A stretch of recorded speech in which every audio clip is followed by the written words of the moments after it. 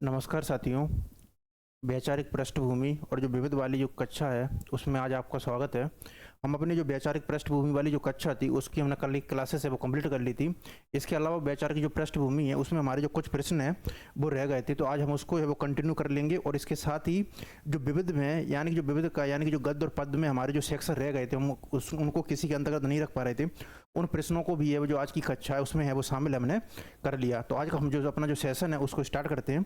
और आज के सेशन का हमारा पहला प्रश्न है वैचारिक पृष्ठभूमि और विविध से। तो ये जो वैचारिक पृष्ठभूमि और विविध से हम इस कक्षा को आगे बढ़ाते हैं। और पहला प्रश्न है हमारा, भारतीय नवजागरण के संबंध में जो उपयुक्त कथन है वो कौन सा। तो भारतीय जो नवजागरण है उसके संबंध में उपयुक्त कथन है वो कौन सा है। ऑप्शन है हमारे पास कि भारतीय नवजागरण के संबंध में उपयुक्त कथन है वो कौन सा है। नवजागरण का जमाना सभ्यताओं की टकराहट का ना होकर सभ्यताओं के आत्म निरीक्षण का था। कल हम इसी जो प्रश्न है यही प्रश्न से हमारी जो कक्षा है ना वो रुक गई थी, तो हमने इसी प्रश्न से हम अपनी जो कक्षा है आज उसको स्टार्ट करते हैं। नवजागरण का जमाना सभ्यताओं की टकराहट का ना होकर सभ्यताओं के आत्मनिरीक्षण का था। ये ऑप्शन बिल्कुल सत्य है, क्योंकि आचार्य जो रामस्वरूप चतुर्वेदी हैं वो बोलते हैं कि दो संस्कृतियों की जो टकराहट है उससे उत्पन्न रचना जो ऊर्जा निकलती है उसी को नवजागरण कहते हैं। जब दो संस्कृतियों की टकराहट होती है तो दोनों संस्कृतियां वो अपना आत्मनिरीक्षण करती हैं और अपनी कमजोरियों को त्याग कर उनमें जो सुधार करने का जो प्रयास है वो दोनों संस्कृतियां वो करती हैं। तो इस तरीके से आचार्य रामस्वरूप चतुर्वेदी हैं वो बोलते हैं कि जो संस्कृति है जो नवजागरण है वो दो संस्कृतियों की टकराहट से उत्पन्न रचनात्मक ऊर्जा है। तो ये ऑप्शन हमारा सत्य है। ईश्वर चंद्र विद्यासागर ने स्त्री अधिकार आंदोलनों की निंदा की। ये ऑप्शन बिल्कुल गलत है, क्योंकि जो ईश्वर चंद्र विद्यासागर है ये जो ईश्वर चंद्र विद्यासागर है उन्होंने स्त्री अधिकार आंदोलनों की निंदा नहीं की थी बल्कि प्रशंसा की थी। और उन्होंने भारी मात्रा में भली बात ही है उन्होंने है जो स्त्री अधिकार आंदोलन है उसमें अपना योगदान भी दिया था। औपनिवेशिक माहौल में भारत का नवजागरण बौद्धिक जागरूकता के अलावा राष्ट्रीय आत्म पहचान का संघर्ष भी था। तो जो हमारा जो थर्ड स्टेटमेंट है औपनिवेशिक माहौल में भारत का नवजागरण बौद्धिक जागरूकता के अलावा राष्ट्रीय आत्म पहचान का संघर्ष का भी था। तो ये ऑप्शन भी बिल्कुल सत्य है कि जो औपनिवेशिक जो माहौल था उसमें जो हमारा जो नवजागरण था वो बौद्धिक जागरूकता के अलावा राष्ट्रीय आत्म पहचान का जो संघर्ष है उसमें हम अपनी जो पहचान है उसको भी जोड़ रहे थे। और नवजागरण के अंतर्गत ये भी मूल स्रोत होता है कि स्वयं को जो पहचान है जो खोजने का जो प्रयास है वो नवजागरण के अंतर्गत किया जाता है। स्वामी दयानंद सरस्वती हिंदुओं की मूर्ति पूजा का समर्थन है वो करते थे। तो स्वामी दयानंद सरस्वती वो हिंदुओं की जो मूर्ति पूजाओं का समर्थन है वो बिल्कुल नहीं करते, बल्कि उनका वो कठोर आलोचना है वो स्वामी दयानंद सरस्वती द्वारा की जाती थी। भारतीय नवजागरण के जनक राजा राजमोहन राय को जीवन में आरंभिक काल में ही रूढ़िवादियों की प्रबल विरोध का है वो सामना करना पड़ा था। तो भारतीय नवजागरण के जनक राजा राजमोहन राय को जीवन में आरंभिक काल में ही रूढ़िवादियों के प्रबल विरोध का सामना करना पड़ा था। तो ये ऑप्शन भी बिल्कुल सत्य है। जब भी कोई व्यक्ति होता है तो जो समाज की जो रूढ़ियाँ और होती हैं उन पर जब आह्वान करता है उन पर चोट करता है तो समाज के द्वारा है वो प्रबल विरोध है वो उनके द्वारा किया जाता है। तो इस तरीके से ए सी और जो ई ऑप्शन है वो हमारा क्या है, सत्य है। तो ई ऑप्शन है वो हमारा राइट है। अगला प्रश्न है हमारा, थियोसॉफल जो सोसाइटी है उसकी पहली शाखा है वो भारत में कहाँ खुली थी। तो ये जो थियोसॉफल जो सोसाइटी है उसकी जो पहली शाखा है वो भारत में कहाँ खुली थी। ऑप्शन है हमारा मद्रास, बम्बई, कलकत्ता और बनारस। तो थियोसॉफिकल ये जो सोसाइटी है इसकी जो पहली शाखा है वो भारत में जो खुली थी वो खुली थी मद्रास में या चेन्नई में। तो थियोसॉफिकल जो सोसाइटी है उसकी जो पहली शाखा है वो भारत में मद्रास में खुली थी। अगला प्रश्न है, ईश्वर को पाने का एकमात्र उपाय यह है कि उसे उसकी दृष्टि में देखा जाए और इस सृष्टि से एकात्म में स्थापित किया जाए। ये जो कथन है वो किसका है। तो ये जो बड़ा ही महत्वपूर्ण जो स्टेटमेंट है वो है कि ईश्वर को पाने का एकमात्र उपाय यह है, ईश्वर को पाने का एकमात्र उपाय यह है कि उसे उसकी सृष्टि में देखा जाए और इस सृष्टि से एकात्म में स्थापित किया जाए। ये कथन किसका है। ऑप्शन है रविन्द्रनाथ टैगोर, महात्मा गांधी, महर्षि अरविंद और बाल गंगाधर तिलक। तो ईश्वर को पाने का एकमात्र उपाय यह है कि उसकी सृष्टि में देखा जाए और इस सृष्टि से उसका एकात्म स्थापित किया जाए। ये जो कथन है वो है महात्मा गांधी जी का। अगला प्रश्न है, महात्मा गांधी की जो पुस्तक है हिंद स्वराज है उसके संबंध में उपयुक्त कथन कौन सा है। कि हिंद स्वराज है वो मूल रूप से गुजराती में लिखी गई थी। तो जो फर्स्ट ऑप्शन है कि हिंद स्वराज है वो मूल रूप से गुजराती में लिखी गई थी कि हिंद स्वराज मूल रूप से गुजराती में लिखी गई थी। ये ऑप्शन है बिल्कुल सत्य कि जो हिंद स्वराज है वो मूल रूप से गुजराती भाषा में लिखी गई थी। इसमें भारत को विश्व शक्ति के रूप में देखने की अभिलाषा व्यक्त हुई है। इसमें भारत को विश्व शक्ति के रूप में जो देखने की जो अभिलाषा है वो गांधी जी द्वारा व्यक्त नहीं हुई है। इसमें सभ्यता दर्शन पर विचार किया गया, बिल्कुल उचित कथन है ये। इसमें जो सभ्यता दर्शन है उस पर जो विचार है वो किया गया है। इसके अनुसार सत्याग्रह को आत्मबल है उससे पाया जा सकता है। इसके अनुसार सत्याग्रह है उसको आत्मबल से पाया जा सकता है। ये ऑप्शन भी बिल्कुल सत्य है। इसमें अंग्रेजी शिक्षा है उसको उपयोगी नहीं बल्कि जो दोष उपयोगी है वो बताया गया। तो इसमें अंग्रेजी शिक्षा को उपयोगी है वो कदापि नहीं बताया गया। तो इस तरीके से जो ए, सी और जो डी ऑप्शन है वो हमारा सत्य है। अगला प्रश्न है,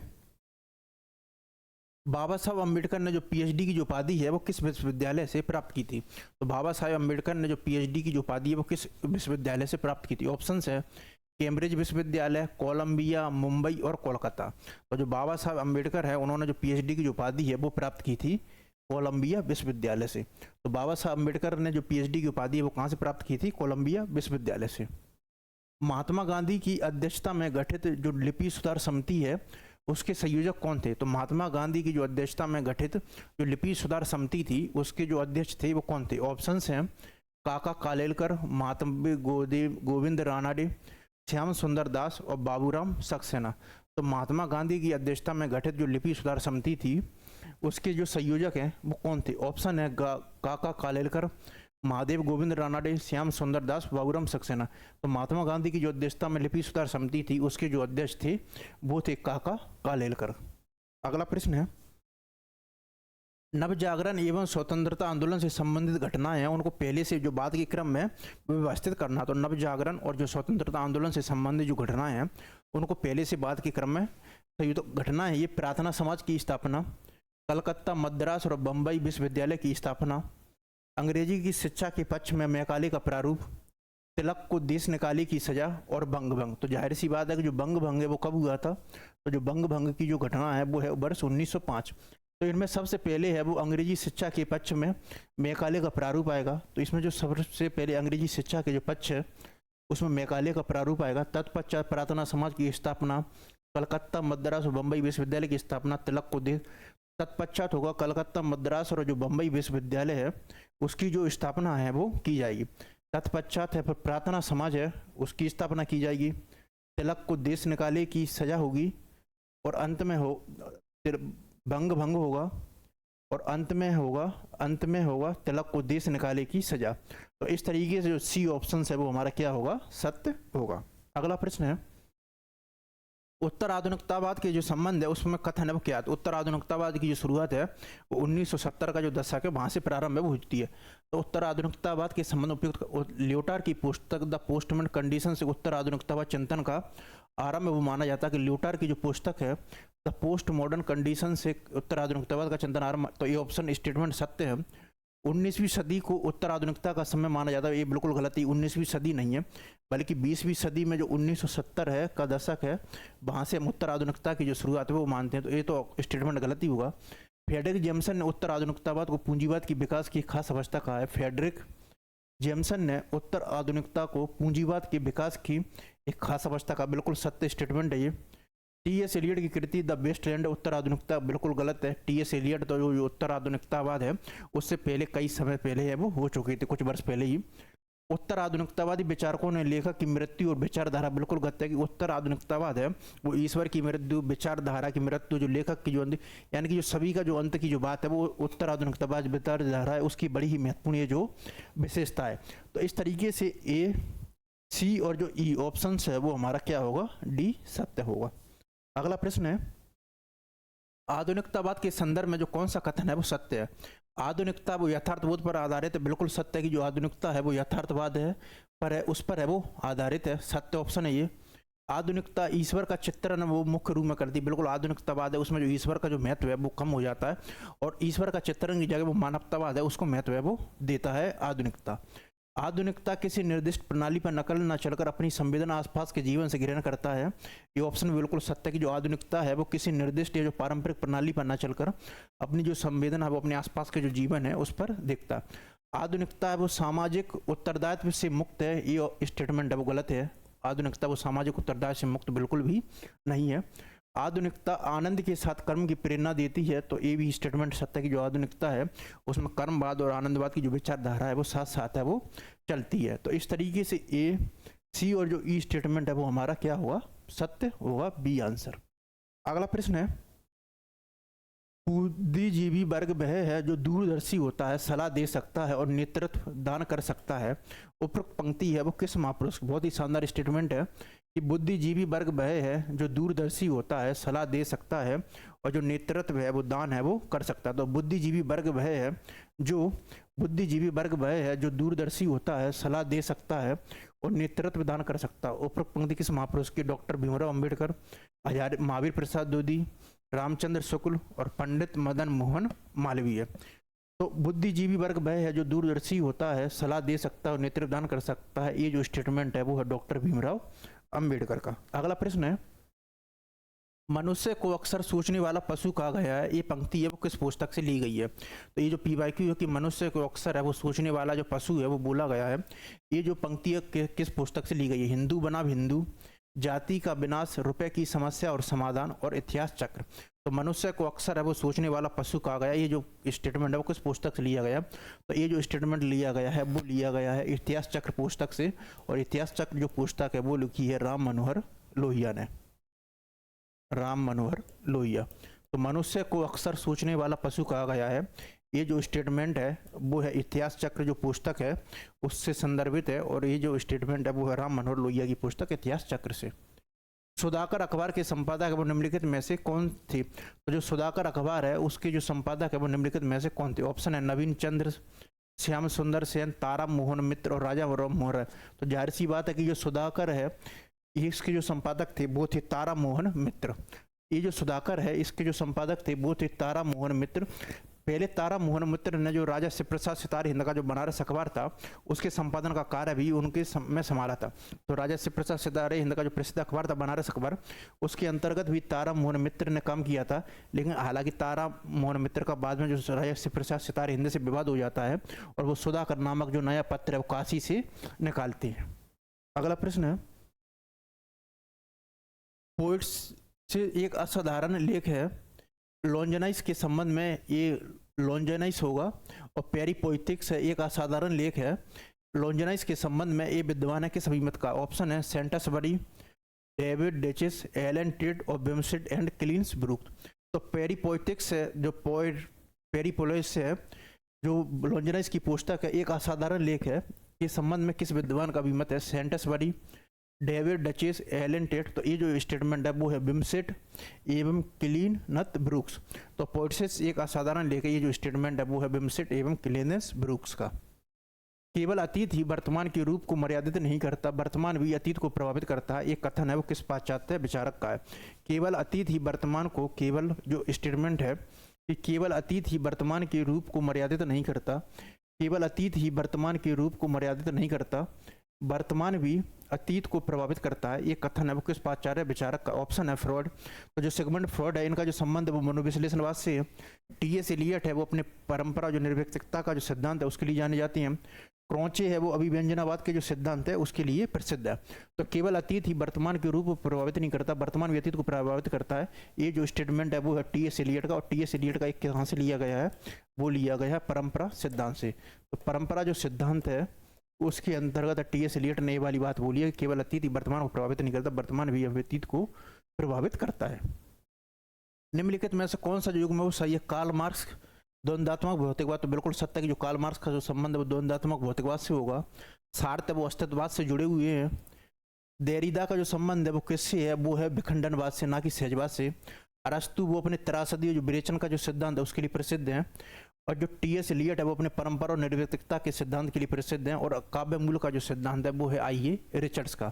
तो इस तरीके से जो हमारा जो ऑप्शन होगा ए, वी और जो डी ऑप्शन है वो सत्य है, सी। अगला प्रश्न है, कछुआ धर्म है वो किस विधा की रचना है। तो कछुआ धर्म मारेसु मुहु कुंठाव, ये दो निबंध हैं, कछुआ धर्म और मारेसु मुहु कुंठाव। तो कछुआ धर्म और मारेसु मुहु कुंठाव है वो क्या है, ये निबंध है।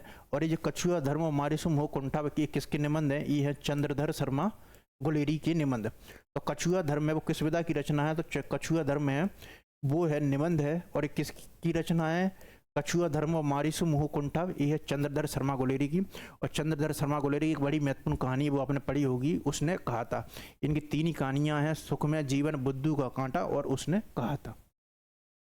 कौन सा लेखक है वो भारतेंदु मंडल का नहीं है? तो भारतेंदु मंडल का जो व्यक्तित्व है, ना केवल एक साहित्य लेखन में बल्कि साहित्य को प्रेरित करने में भी काफी योगदान रहा। उसे हम किस नाम से जानते हैं? भारतेंदु मंडल। तो भारतेंदु मंडल का नहीं है। तो प्रताप नारायण मिश्र, इनके द्वारा ब्राह्मण पत्रिका का संपादन का कार्य किया गया था और ये अपनी सेजदली और जिंदादली के लिए प्रसिद्ध थे। तो प्रताप नारायण मिश्र तो भारतेंदु मंडल में शामिल थे। बालकृष्ण भट्ट, ये भी जो प्रताप नारायण मिश्र हैं वो भारतेंदु मंडल है उसमें प्रसिद्ध थे, शामिल थे। बद्री नारायण चौधरी प्रेमगन, ये भी है भारतेंदु मंडल में शामिल थे। लेकिन जो श्रीधर पाठक है, ये हैं जो भारतेंदु मंडल में शामिल नहीं है, बल्कि जो इनका जो संबंध है वो रोमांटिसिज्म या जो स्वच्छंदतावाद है उससे ये इनका संबंध है, वो है श्रीधर पाठक का। बाकी जो प्रताप नारायण मिश्र, बालकृष्ण भट्ट और प्रेमगन भारतेंदु मंडल से जुड़े हुए हैं। हिंदी साहित्य के जो इतिहास का जो प्रथम लेखक है वो कौन है? तो हिंदी साहित्य इतिहास है उसका जो प्रथम जो लेखक है वो कौन है? ऑप्शन है हमारे पास जॉर्ज ग्रेसन। जॉर्ज ग्रेसन का जो इतिहास ग्रंथ वो है the modern vernacular literature of northern Hindustan. Acharya Ramchandra Shukla का हिंदी साहित्य का इतिहास 1929। शिव सिंह सेंगर का शिव सिंह सरोज और गारसा दा तासी है। तो हिंदी साहित्य इतिहास का जो प्रथम जो लेखक है वो है गारसा दा तासी। और इन्होंने जो अपना जो हिंदी साहित्य का जो इतिहास का जो ग्रंथ है वो किस भाषा में लिखा था? वो लिखा था फ्रेंच भाषा में। इस्तवार द ला लित्रियोत्तर एंदो, ये हिंदुस्तानी उसका नाम है गारसा दा तासी के इतिहास ग्रंथ का। इस्तवार द ला लित्रियोत्तर एंदो, ये हिंदुस्तानी, और ये लिखा गया था फ्रेंच भाषा में। और हालांकि ये जो ग्रंथ था वो किस आधार पर था? वो वर्णक्रम जो पद्धति है उस पर आधारित था। करमवीर के जो संपादक हैं वो कौन थे? ऑप्शन है शिव प्रसाद गुप्त। एक जो प्रश्न है वो पत्र पत्रिकाओं है उससे संबंधित, पत्र पत्रिकाओं से जो PYQ का है ये प्रश्न है कि करमवीर के संपादक थे। ऑप्शन है शिव प्रसाद गुप्त, माखनलाल चतुर्वेदी, बाबू विष्णुराव पड़ाड़कर और गणेश शंकर विद्यार्थी। तो आप लोग बताइए कि जो करमवीर के जो संपादक थे वो कौन थे? तो जाहिर सी बात है कि करमवीर का जो संपादन का कार्य किया गया था वो किया गया था माखनलाल चतुर्वेदी द्वारा। तो माखनलाल चतुर्वेदी के द्वारा है वो करमवीर का संपादन का कार्य है वो किया जाता है। प्रगतिशील लेखक संघ की स्थापना वो भारतवर्ष में वो कब हुई थी? तो जो प्रगतिशील जो लेखक संघ है उसकी जो स्थापना है वो भारतवर्ष है उसमें कब हुई थी? हमारे पास इसमें ऑप्शन है 1930, 32, 36 और 35। तो जो प्रगतिशील जो लेखक संघ है इसकी जो स्थापना वो भारतवर्ष में हुई थी, वो हुई थी 1936 में। और ये जो 1936 में जब प्रथम बार भारत में प्रगतिशील लेखक संघ की स्थापना हुई थी और इसकी जो अध्यक्षता है वो की गई थी प्रेमचंद के द्वारा। तो इसकी जो अध्यक्षता है वो किसके द्वारा की गई थी? वो की गई थी प्रेमचंद के द्वारा। तो प्रगतिशील लेखक संघ है उसकी जो स्थापना है वो कब की जाती है? तो प्रगतिशील जो लेखक संघ है इसकी स्थापना की जाती है 1936 में भारत में और इसकी अध्यक्षता की जाती है प्रेमचंद के द्वारा। साहित्य इतिहास जो लेखन की जो विधि है वो नहीं है। तो इनमें से जो साहित्य इतिहास जो लेखन की जो विधि है वो कौन कौन सी नहीं है?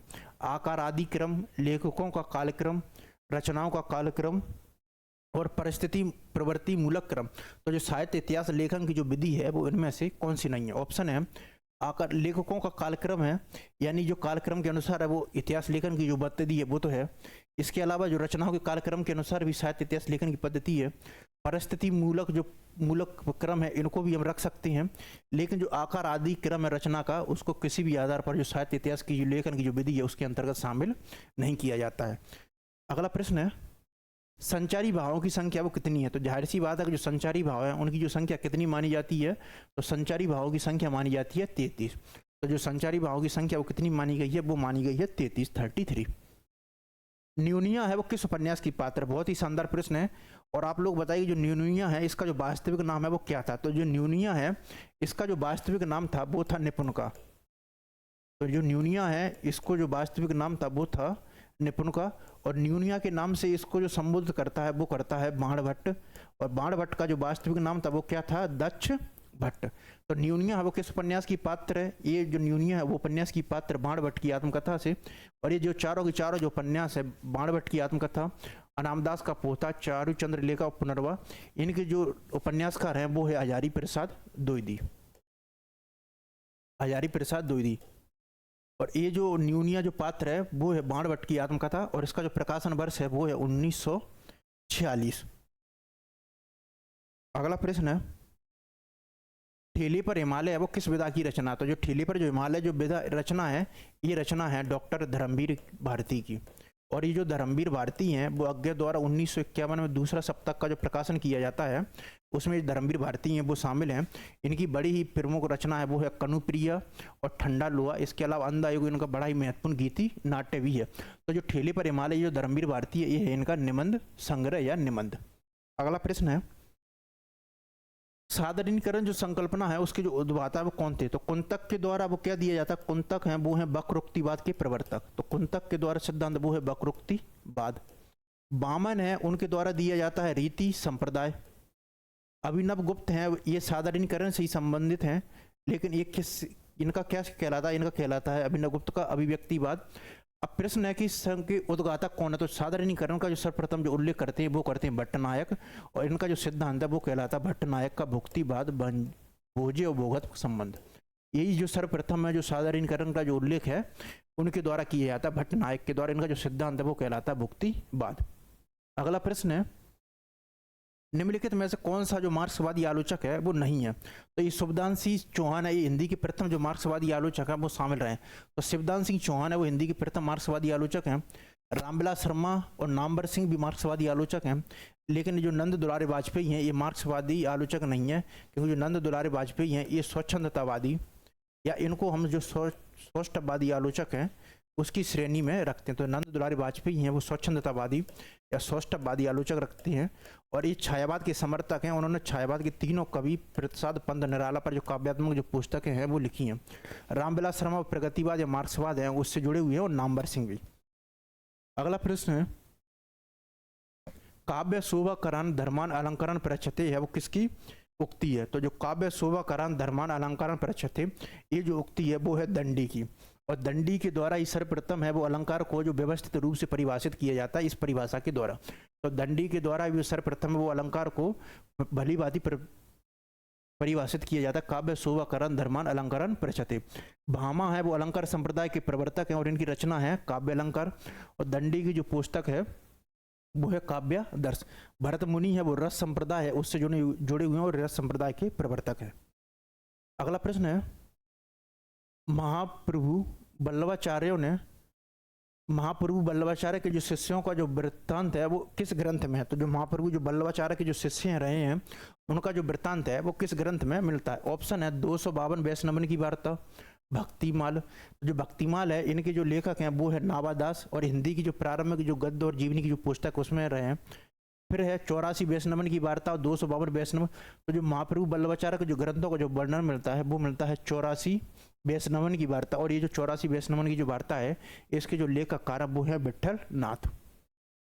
लक्षण ग्रंथ है उनका जो अर्थ क्या है? तो जो रीति काल है उसमें जो लक्षण ग्रंथ जो परंपरा जो लिखने की जो परिपाटी है वो भली माती में पाई जाती है, और इसी कारण है जो रीति काल उसको रीति जो संप्रदाय रीति काल है वो भी बोला जाता है। तो लक्षण ग्रंथ का अर्थ है नायिका भेद, काव्यांग विवेचन, रस निष्पत्ति और गुणदोष।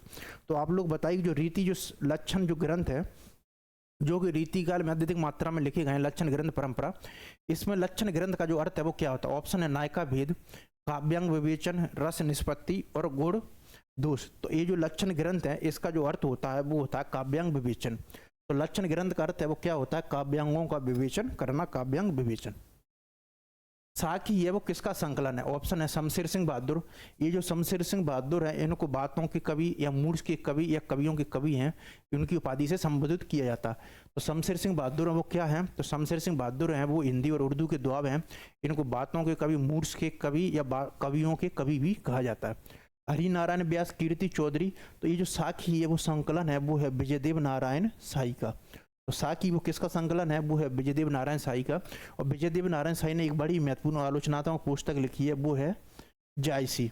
इसके अलावा लघु मानव के बहाने हिंदी कविता पर एक बहस, तो यानी कि जो लघु मानव की जो अवधारणा है वो भी किससे जुड़ी हुई है? वो है विजयदेव नारायण शाही से। अगला प्रश्न है, इंदु पत्रिका के जो संपादक है उनका नाम है वो क्या है? अंबिका प्रसाद गुप्त, जगदीश गुप्त, चंद्रधर शर्मा गुलेरी और काशी प्रसाद जायसवाल। तो जो इंदु पत्रिका है उसके जो संपादक का जो नाम है वो क्या? तो इंदु पत्रिका की जाहिर सी बात है कि जो इंदु पत्रिका है उनके जो संपादक का नाम है वो क्या है? अंबिका प्रसाद गुप्त। जो जगदीश गुप्त है इनके द्वारा वो नई कविता पत्रिका है वो प्रारंभ है वो की जाती है। तो जगदीश गुप्त के द्वारा वो नई कविता जो पत्रिका है वो की जाती है। चंद्रधर शर्मा गुलेरी द्वारा इनके द्वारा जो समालोचक पत्रिका है उनके संपादन का कार्य किया जाता है, समालोचक पत्रिका का। तो अंबिका प्रसाद गुप्त है, इनका संबंध हिंदू पत्रिका से और छायावाद की जो समर्थित पुस्तकों पत्रिकाओं में से एक रही है। अंबिका प्रसाद गुप्त की हिंदी हिंदू, जगदीश गुप्त है वो नई कविता है और इसका जो प्रकाशन है वो 19 संकलन है वो 1954 से प्रारंभ होता है। और चंद्रधर शर्मा गुलेरी हैं वो है समालोचक पत्रिका। बालकृष्ण भट्ट है वो किसके संप्रदाय से, किसके संपादन कर्म से जुड़े थे? तो जो ब्राह्मण है, ब्राह्मण पत्रिका, इसका जो संपादन का कार्य किया गया था वो किया गया था प्रताप नारायण मिश्र के द्वारा। तो प्रताप नारायण मिश्र के द्वारा है वो ब्राह्मण पत्रिका किया जाता है। सरस्वती जो पत्रिका इसका प्रकाशन का कार्य है वो 1900 में किया जाता है और इसके जो पहले जो संपादक थे वो है श्याम सुंदर दास और महावीर प्रसाद द्विवेदी जी है वो इसके संपादक बनते हैं 1903 से लेकर 1920 में 20 तक। कवि वचन सुधा ये भारतेंदु हरिश्चंद्र है। कवि वचन सुधा के संपादक कौन है? भारतेंदु हरिश्चंद्र। और हिंदी प्रदीप है ये है बालकृष्ण भट्ट। तो हिंदी प्रदीप का जो संबंध है वो है बालकृष्ण भट्ट से। ब्राह्मण है वो प्रताप नारायण मिश्र। सरस्वती है उनके पहले संपादक श्याम सुंदर दास और 1903 से लेकर 1920 में महावीर प्रसाद द्विवेदी। कवि वचन सुधा भारतेंदु और हिंदी प्रदीप है बालकृष्ण भट्ट। हिंदी जो दैनिक है समाचार सुधा वर्षन के संपादक कौन? ये जो समाचार सुधा वर्षन है ये हिंदी का पहला दैनिक समाचार पत्र है। ये जो समाचार सुधा वर्षन है ये हिंदी का पहला दैनिक समाचार हिंदी का पहला दैनिक है। और साप्ताहिक जो हिंदी का पहला जो समाचार पत्र है वो कौन सा है? तो साप्ताहिक जो पहला जो है वो उद्दंड मार्दंड और उसके संपादक थे जुगल किशोर। तो जो समाचार सुधा वर्षन है इसके जो संपादक का कार्य किया था वो किया था श्याम सुंदर सेन। ये जो जुगल किशोर है, ये जुगल किशोर जो हिंदी का जो पहला समाचार पत्र है उद्दंड मार्दंड जो कि साप्ताहिक था उसके संपादक थे। और श्याम सुंदर सेन है वो है समाचार सुधा वर्षन। बाल मुकुंद गुप्त है वो हिंदी प्रदीप है उससे। और राधा कृष्ण दास, राधा कृष्ण जो दास है इन्होंने जो भारतेंदु जो पत्रिका है उसके संपादन का कार्य किया था। इनमें से कौन है वो नागरिक प्रचारणी सभा के संस्थापकों में नहीं है? तो इनमें से जो कौन है वो नागरिक प्रचारणी सभा के संस्थापकों में नहीं है? रामनारायण मिश्र हैं, ये नागरिक प्रचारणी जो सभा है उसके संस्थापकों में रहे हैं। श्याम सुंदर दास भी रहे हैं। रामचंद्र शुक्ल है वो नागरिक प्रचारणी सभा के संस्थापकों में नहीं रहे हैं, हालांकि ये नागरिक प्रचारणी जो सभा है उससे जुड़े हुए थे। और ठाकुर शिव कुमार सिंह, इस तरीके से जो नागरिक प्रचारणी सभा के जो संस्थापक हैं उसमें रामनारायण मिश्र, श्याम सुंदर दास और ठाकुर शिव कुमार सिंह रहे हैं, लेकिन रामचंद्र शुक्ल है वो इसके संस्थापकों में नहीं रहे। बाकी तीनों के तीनों जो रामनारायण मिश्र हैं, श्याम सुंदर दास हैं और ठाकुर शिव कुमार सिंह ये संस्थापकों में रहे हैं। आनंद कादम्बनी के जो संपादक हैं वो कौन थे? तो आनंद कादम्बनी है वो किसके द्वारा लिखी जाती है? तो आनंद कादम्बनी है वो लिखी जाती है बद्री नारायण चौधरी प्रेमगन के द्वारा। बद्री नारायण चौधरी प्रेमगन के द्वारा आनंद कादम्बनी के साथ एक और पत्रिका लिखी जाती है वो है नागरी नीरद। चंद्रधर शर्मा गुलेरी के द्वारा है वो समालोचक जो पत्रिका है उसके संपादन का कार्य है वो किया जाता है। तो आनंद कादम्बनी का संबंध किससे? वो बद्री नारायण चौधरी प्रेमगन से। शेष यात्रा की जो लेखक है वो कौन है? तो शेष यात्रा है वो क्या है? तो शेष यात्रा है वो एक हिंदी का एक बड़ा ही महत्वपूर्ण उपन्यास है। और जो शेष यात्रा है हिंदी का एक बड़ा ही महत्वपूर्ण उपन्यास है और इसकी जो उपन्यासकार है वो है ऊषा प्रियबंदा। ऊषा प्रियबंदा की आपने बड़ी महत्वपूर्ण कहानियां पढ़ी होंगी, वो है ऊषा प्रियबंदा की मछलियां और वापसी। तो मछलियां और वापसी इनकी बड़ी प्रमुख कहानियां हैं। और जो नई कहानी आंदोलन है उसकी जो महिला त्रयी है उसमें कृष्णा सोबती मनु भंडारी के साथ में जो ऊषा प्रियबंदा है वो भी शामिल है। तो ऊषा प्रियबंदा, कृष्णा सोबती और मनु भंडारी हैं, ये तीनों के तीनों वो नई कहानी आंदोलन की जो महिला त्रयी हैं उसमें शामिल है। तो शेष यात्रा एक महत्वपूर्ण उपन्यास है वो है ऊषा प्रियबंदा। इसके अलावा 55 खंबे, लाल दीवारें और मछलियां और वापसी इनकी बड़ी ही महत्वपूर्ण कृतियां हैं। वक्रोक्ति संप्रदाय के जो विरोधी आचार्य हैं वो कौन है? तो जो वक्रोक्ति संप्रदाय वो किसके द्वारा दिया गया था? तो जो वक्रोक्ति संप्रदाय वो दिया गया था कुंतक के द्वारा।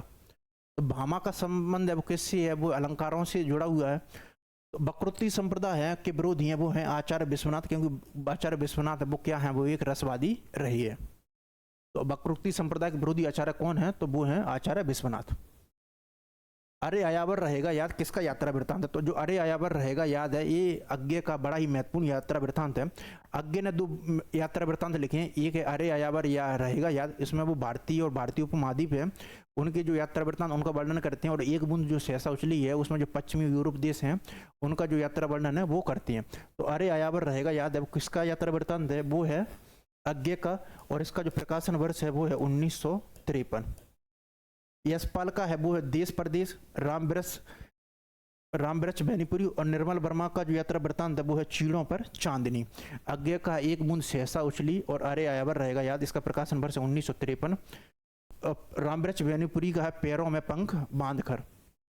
अगला प्रश्न है, इनमें से कौन सी है वो दलित आत्मकथा नहीं है? नागफनी है, वो एक दलित आत्मकथा है।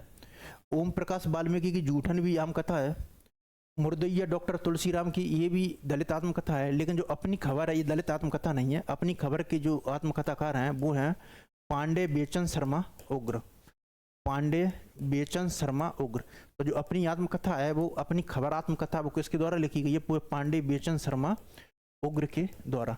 तो जो अपनी आत्मकथा है, अपनी खबर है, ये जो आत्मकथा लिखी गई है वो है पांडे बेचन शर्मा उग्र के द्वारा। बाकी नागफनी, जूठन और मुर्दैया है, ये तीनों दलित आत्मकथाएं। अपनी खबर है वो है पांडे बेचन शर्मा उग्र।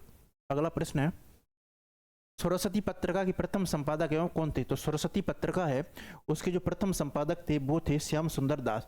और श्याम सुंदर दास हैं वो 1900 से लेके 1903 तक है वो सरस्वती पत्रिका के जो संपादन का कार्य है वो संभालते हैं। और महावीर प्रसाद द्विवेदी जी हैं वो 1903 से लेके 1920 तक है वो सरस्वती पत्रिका का संपादन संभालते हैं। और प्रताप नारायण मिश्र द्वारा है वो ब्राह्मण पत्रिका के संपादक रहे हैं, प्रताप नारायण मिश्र।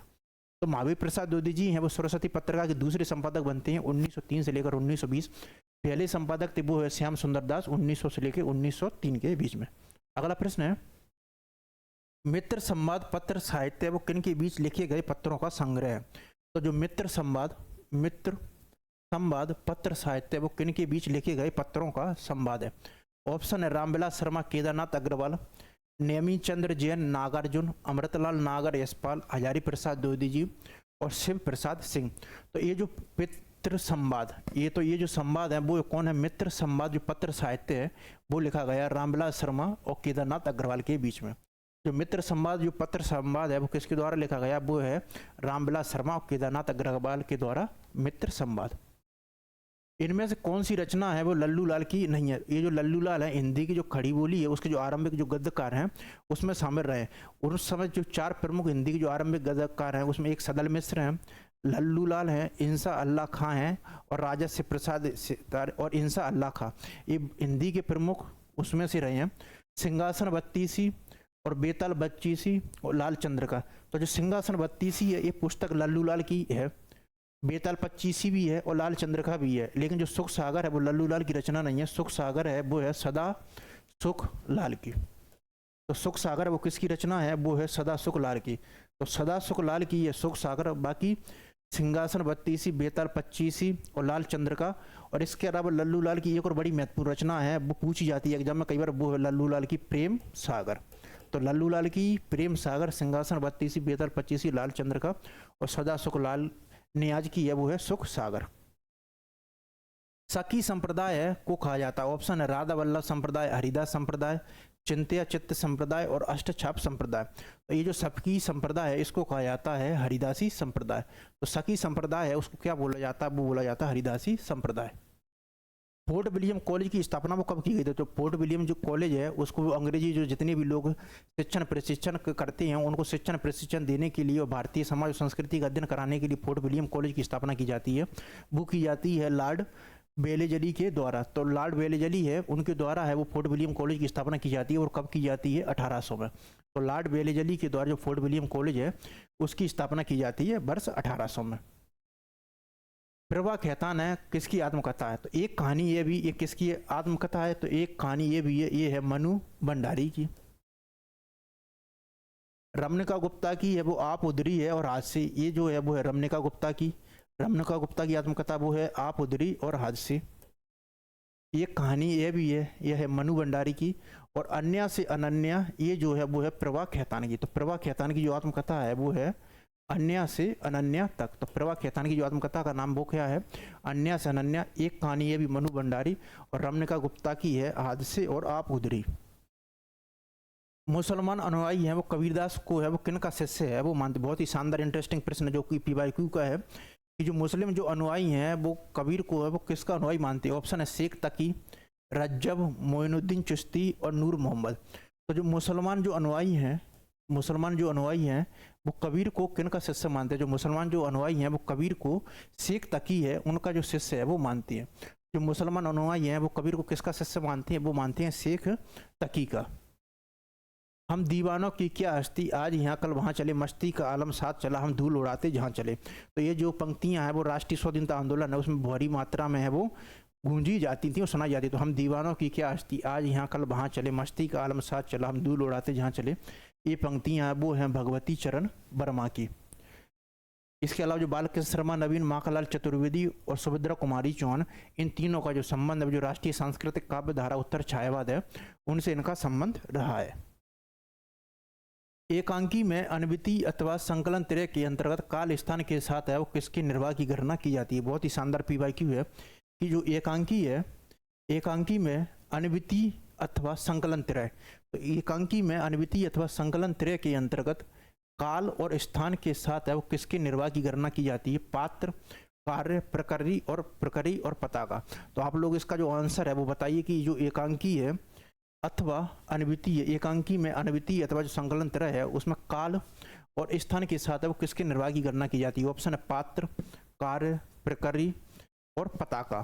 तो जो एकांकी है उसमें, तो जो एकांकी है उसमें कार्य, तो एकांकी में अनवितीय अथवा संकलन त्रय के अंतर्गत है वो काल स्थान के साथ है वो किसके निर्वाह की गणना की जाती है? ऑप्शन है पात्र, कार्य, प्रकरी और पताका। तो जो एकांकी में अनवितीय अथवा संकलन त्रय के साथ काल स्थान के साथ है वो किसकी गणना की जाती है? वो है कार्य। इस तरीके से जो संकलन त्रय है वो बनता है। तो संकलन त्रय के अंतर्गत काल आएगा, स्थान आएगा और आएगा कार्य, तभी जो संकलन त्रय है उसका निर्माण होता है। अगला प्रश्न है, संदेशहु शब्दरु पढ़मई कहनु ना जाई, जे काला गुली मुदरई जो बहाड़ी समाई। इन काव्य पंक्तियों के जो रचनाकार हैं वो कौन है? बहुत ही शानदार जो इंटरेस्टिंग जो पंक्तियां हैं वो हैं इन्हीं पंक्ति, और ये जो पंक्तियां हैं वो आदिकाल की जो रचना है उससे जुड़ी हुई है कि संदेशहु शब्दरु पढ़मई कहनु ना जाई, जे कालांगुली मुदरई सो बावही समाई। इन काव्य पंक्तियों के रचनाकार है। ऑप्शन है विमल सूरी, अब्द रहमान, हेमचंद्र। हेमचंद्र की बड़ी महत्वपूर्ण पुस्तक है वो काव्य अनुशासन, और ये प्राकृत और अपभ्रंश के पालनी है वो कहे जाते हैं। दामोदर भट्ट की पुस्तक है वो उक्ति व्यक्ति प्रकरण। तो जो संदेश हो शब्दरत सपड़ जाई महनु कहनु न जाई, ये जो पंक्तियां हैं वो है अब्दुल रहमान की, और इनकी जो पुस्तक है जहाँ से पंक्तियां ली गई हैं वो है संदेश रासक की। इसे हिंदी का जो पैरा जो बिरह काव्य है या धर्मोत्तर जो रासक काव्य की जो संज्ञा है वो दी जाती है अब्दुल रहमान के संदेश रासक को। इनमें से कौन है जो काशी नागरी प्रचारणी सभा के जो प्रथम सभापति थे? तो जो काशी नागरी जो प्रचारणी सभा है उसके जो प्रथम सभापति हैं वो कौन थे? ऑप्शन है हमारे पास बाबू श्याम सुंदर दास, पंडित रामनारायण मिश्र, बाबू राधा कृष्ण दास और बाबू गदाधर सिंह। तो ये जो काशी नागरी प्रचारणी सभा है इसके जो प्रथम सभापति थे वो कौन थे? ऑप्शन है बाबू श्याम सुंदर दास, पंडित रामनारायण मिश्र, बाबू राधा कृष्ण दास। तो जो इनमें जो काशी नागरी प्रचारणी सभा है इसके जो प्रथम सभापति थे वो थे बाबू राधा कृष्ण दास। अगला प्रश्न है, मृणाल है वो किस उपन्यास की है वो मुख्य पात्र है? तो जो मृणाल है वो किस उपन्यास की मुख्य पात्र है? तो जो मृणाल जो इस उपन्यास की पात्र है वो है त्यागपत्र। और ये जो त्यागपत्र है इसका जो प्रकाशन वर्ष होता है वो होता है 1937 में। और ये जो त्यागपत्र उपन्यास लिखा जाता है वो लिखा जाता है जैनेन्द्र के द्वारा। और जैनेन्द्र है वो हिंदी में एक मनोविश्लेषणवादी है या मनोवैज्ञानिक जो कथाकार है उसकी श्रेणी में आते हैं। मनोविश्लेषणवादी या जो मनोवैज्ञानिक जो कथाकार हैं उसकी जो श्रेणी है उसमें जैनेन्द्र हैं वो आते हैं। तो जो त्यागपत्र मृणाल है वो किस उपन्यास की पात्र है? तो मृणाल है वो जैनेन्द्र द्वारा रचित त्यागपत्र की पात्र है, और इसका जो प्रकाशन वर्ष है वो 1937 है। और इसे मनोविश्लेषणवादी जो मनोवैज्ञानिक उपन्यासकार है उसकी श्रेणी है उसमें रखा जाता है। इसके अलावा परख, सुनीता, त्यागपत्र, कल्याणी, सुगदा जो विवर्त है ये जैनेन्द्र के अन्य महत्वपूर्ण उपन्यास है। अगला प्रश्न है, सूर समाना चंद में दहू किया घर एक। तो सूर समाना चंद में दहू किया घर एक। तो सूर समाना चंद में दहू किया घर एक, ये पंक्तियां किसकी हैं? ऑप्शन है सूरदास, कबीरदास, चंद्रवरदाई और जायसी। तो सूर समाना चंद में दहू किया घर एक, ये जो पंक्तियां वो किसकी हैं? सूर समाना चंद में दहू किया घर एक पंक्तियां हैं वो हैं कबीर दास की। तो सूर समाना चंद में घर में कहूँ ये पंक्तियां हैं कबीर दास की। निम्नलिखित में से कौन है वो राधा वल्लभ संप्रदाय से जुड़ी हुई है? तो जो राधा वल्लभ संप्रदाय है वो कौन जुड़े हुए हैं? गोविंद स्वामी, चीत स्वामी, हित हरिवंश। तो जो राधा वल्लभ जो संप्रदाय है इनसे जुड़े हुए हैं वो है गोस्वामी, हित हरिवंश। तो जो गोस्वामी जो हित हरिवंश है उनका जो संबंध है वो राधा वल्लभ संप्रदाय है उससे है। एक तनी हुई रस्सी है जिस पर मैं नाचता हूँ, उपरोक्त पंक्तियों की जो रचनाकार है वो कौन है? तो एक तनी हुई रस्सी है जिस पर मैं नाचता हूँ, उपरोक्त पंक्तियों की जो रचनाकार है वो कौन? ऑप्शन है अज्ञे, सर्वेश्वर दयाल सक्सेना, त्रिलोचन और केदारनाथ अग्रवाल। तो एक तनी हुई रस्सी है जिस पर मैं नाचता हूँ, ये पंक्तियां हैं अज्ञे की।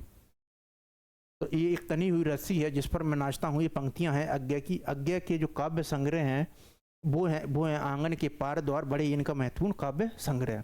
अगला प्रश्न है, भारतेंदु बाबू हरिश्चंद्र का जीवन चरित्र जो ग्रंथ के जो रचनाकार है वो कौन है? तो भारतेंदु हरिश्चंद्र का जो जीवन चरित्र ग्रंथ के रचनाकार है वो कौन? ऑप्शन है राधा कृष्ण दास, श्याम सुंदर दास, श्रीधर पाठक और महावीर प्रसाद द्विवेदी। तो भारतेंदु हरिश्चंद्र का जीवन चरित्र, तो पुस्तक का नाम क्या है? वो है भारतेंदु हरिश्चंद्र का जीवन चरित्र जो ग्रंथ के जो रचनाकार है वो कौन है? ऑप्शन राधा कृष्ण दास, श्याम सुंदर दास, श्रीधर पाठक, महावीर प्रसाद द्विवेदी। तो महावीर प्रसाद द्विवेदी जी हैं, ये सरस्वती पत्रिका के संपादक रहे हैं और ये सरस्वती पत्रिका के संपादक रहे 1903 से लेकर 1920 पर। और द्विवेदी युग का नामकरण उन्हीं के नाम पर किया जाता है। श्रीधर पाठक हैं, ये स्वच्छंदतावादी जो काव्य धारा उसके अंतर्गत आते हैं। श्याम सुंदर दास एक भाषाविद रहे बड़ी महत्वपूर्ण। तो जो भारतेंदु हरिश्चंद्र का जीवन चरित्र है ये है वो है राधा कृष्ण दास, और ये जो भारतेंदु मंडल है उससे भी जुड़े हुए थे। विभक्ति विचार नामक पुस्तक की जो रचना है वो किसने की थी? बड़ा इंटरेस्टिंग PYQ है कि जो विभक्ति विचार है इस रचना है की किसने की थी? ऑप्शन है माधव प्रसाद मिश्र। माधव प्रसाद मिश्र हैं, ये हिंदी के महत्वपूर्ण कहानीकार हैं। महावीर प्रसाद द्विवेदी, गोविंद नारायण मिश्र, और हिंदी व्याकरण का जो पारनी है वो किसको कहा जाता है? वो है कमता प्रसाद गुरु। तो हिंदी व्याकरण का अगर आपसे पारनी पूछा जाए तो वो है कमता प्रसाद गुरु। तो जो विभक्ति विचार नामक पुस्तक है वो किसने ली? ऑप्शन है माधव प्रसाद में, ये महत्वपूर्ण कहानीकार है। महावीर प्रसाद द्विवेदी जी की चर्चा हो गई है। तो विभक्ति विचार जो पुस्तक है वो है, तो विभक्ति विचार पुस्तक है वो है गोविंद नारायण मिश्र की। तो गोविंद नारायण मिश्र ने कौन सी पुस्तक लिखी है? तो वो पुस्तक लिखी है विभक्ति विचार। बड़ी महत्वपूर्ण पुस्तक है गोविंद नारायण मिश्र की विभक्ति विचार। अगला प्रश्न है, निम्नलिखित में से किस उपन्यास को स्त्री जो लेखन है उसका जो प्रस्थान बिंदु है वो माना जाता है? तो निम्नलिखित में से ऐसा कौन सा उपन्यास है जिसको है स्त्री लेखन है उसका प्रस्थान बिंदु है वो माना जाता है? ऑप्शन है मित्रो मरजानी, कठ गुलाब, चाक और आवा। तो निम्नलिखित में से किस उपन्यास है उसको जो स्त्री लेखन है उसका जो प्रस्थान बिंदु है वो माना जाता है? ऑप्शन है मित्रो मरजानी, कठ गुलाब, आवा और चाक। तो जो स्त्री लेखन का जो प्रस्थान बिंदु है वो माना जाता है मित्रो मरजानी को, और इसके जो उपन्यासकार हैं वो हैं कृष्णा सुबती। तो स्त्री लेखन का जो प्रस्थान बिंदु है वो किसको माना जाता है? वो है मित्रो मरजानी, कृष्णा सुबती। इसके अलावा कृष्णा सुबती के जो अन्य उपन्यास हैं वो हैं सूरजमुखी, बंद अंधेरे के और जिंदगी नामा। निम्नलिखित में से दो समानांतर कथा प्रसंगों पर चलने वाला जो शंकर शेष का जो नाटक है वो क्या है? तो जो दो समानांतर जो कथा प्रसंग है उनको चलने वाला जो हिंदी का जो नाटक है वो कौन सा? ऑप्शन है कोमल गंधर, पुस्तक एक और द्रोणाचार्य और अयारे मायावी सरोवर। तो दो समानांतर जो प्रसंग कथा प्रसंगों पर चलने वाला जो शंकर शेष का नाटक है वो है एक और द्रोणाचार्य। इसमें एक तरफ तो द्रोणाचार्य की जो पौराणिक जो पुरातन कथा है वो चलती है, इसके साथ ही इसमें जो आधुनिक जो कहानी है वो भी चलती है। दो समानांतर कथा प्रसंगों को लेकर चलने वाला नाटककार है वो है एक और द्रोणाचार्य शंकर शेष का। कविता करना अनंत पुण्य का फल है, इस दुराशा और अनंत उत्कंठा से कवि जीवन व्यतीत करना की इच्छा हुई। ये संवाद है वो जयशंकर प्रसाद है, ये है वो किस नाटक का है?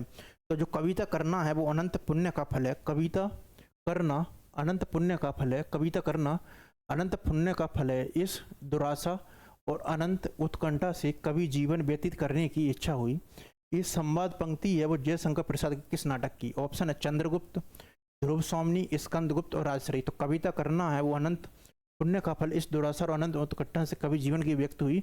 ये उपन्यास की पंक्तियां हैं वो है स्कंदगुप्त, और इन पंक्तियों की जो बोलता है वो है मात्र गुप्त। निम्नलिखित में से किस नाटक में है जो जातिवाद की जो समस्या है वो उठाया गया है? तो ये जो नाटक है इसमें जो सैनिक है उसमें जो जातिवाद की जो समस्या है और जाति जो विभेद है वो नजर आता है। तो जो इनमें से जो जातिवाद की जो समस्या को उठाया गया है वो है कोर्ट मार्शल में, और इसके जो नाटककार हैं वो हैं स्वदेश दीपक। तो जो स्वदेश दीपक है इन्हें का जो कोर्ट मार्शल है उसमें जो सैनिक हैं उसमें जो जाति भेद और जाति विभेद की जो समस्या है उसको उठाया गया है कोर्ट मार्शल में। तो स्वदेश दीपक का जो कोर्ट मार्शल है इसमें जो जाति भेद है उसको दिखलाया गया है सैनिक जीवन में। तो हजारी प्रसाद द्विवेदी जी के अनुसार धता शब्द का व्यवहार है वो मूलतः वो किस अर्थ में किया जाता है? तो हजारी प्रसाद द्विवेदी जी के अनुसार है जो धता शब्द का जो अर्थ है वो मूलतः वो किस अर्थ में किया जाता है? छंद के रूप में, कथा के एक अंश के रूप में, छेदन के अर्थ में और एक कड़वक के अंत में।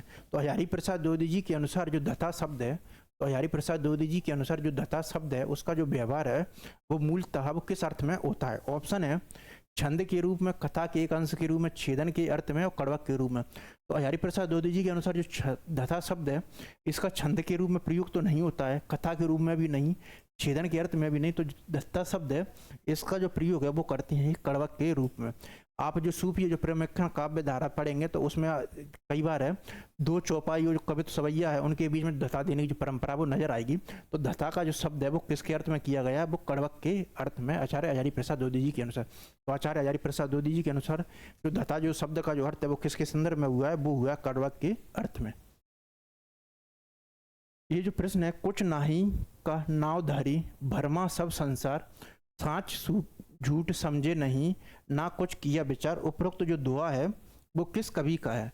कुछ नाही का नाव धरी भरमा सब संसार, साँच झूठे समझे नहीं ना कुछ किया विचार। ये जो दोहा है वो किस कवि का? ऑप्शन है कबीरदास, रहीम, जायसी और दादू दयाल। तो आप लोग बताइए कि ये जो दोहा है वो किस कबीर का है? बहुत ही शानदार दोहा है। कछु नाही का धाव धरी भरमा सब संसार, साँच झूठ समझे नहीं ना कुछ किया विचार। उपरोक्त जो दोहा है वो किस कवि का है? तो कुछ नाही का नाव धरी धर्मा सब संसार, साँच झूठ समझे नहीं ना कुछ किया विचार। उपरोक्त दोहा ये कबीरदास का नहीं है, ये जो दोहा है वो है दादू दयाल का। तो ये जो दादू दयाल का ये दोहा है कि कुछ नाही का नाव धरी धर्मा भरमा सब संसार, साँच झूठे हो नहीं ना कुछ किया विचार। निम्नलिखित में से कौन है जो ब्रह्म संप्रदाय है इसका? तो आज के लिए हम इतना ही है वो रखते हैं। बाकी हमारा ये जो टॉपिक है जो हिंदी साहित्य का जो विविध वाला जो सेक्शन वो रह गया है तो उसकी आज एक कक्षा हो गई है। कल हमारी जो अंतिम कक्षा वो हिंदी साहित्य का जो विविध वाली है वो रहेगी। तो इस तरीके जो विविध वाला जो सेक्शन वो हमारा जो कल है वो कंप्लीट हो जाएगा। आज के लिए धन्यवाद, मिलते हैं हम कल।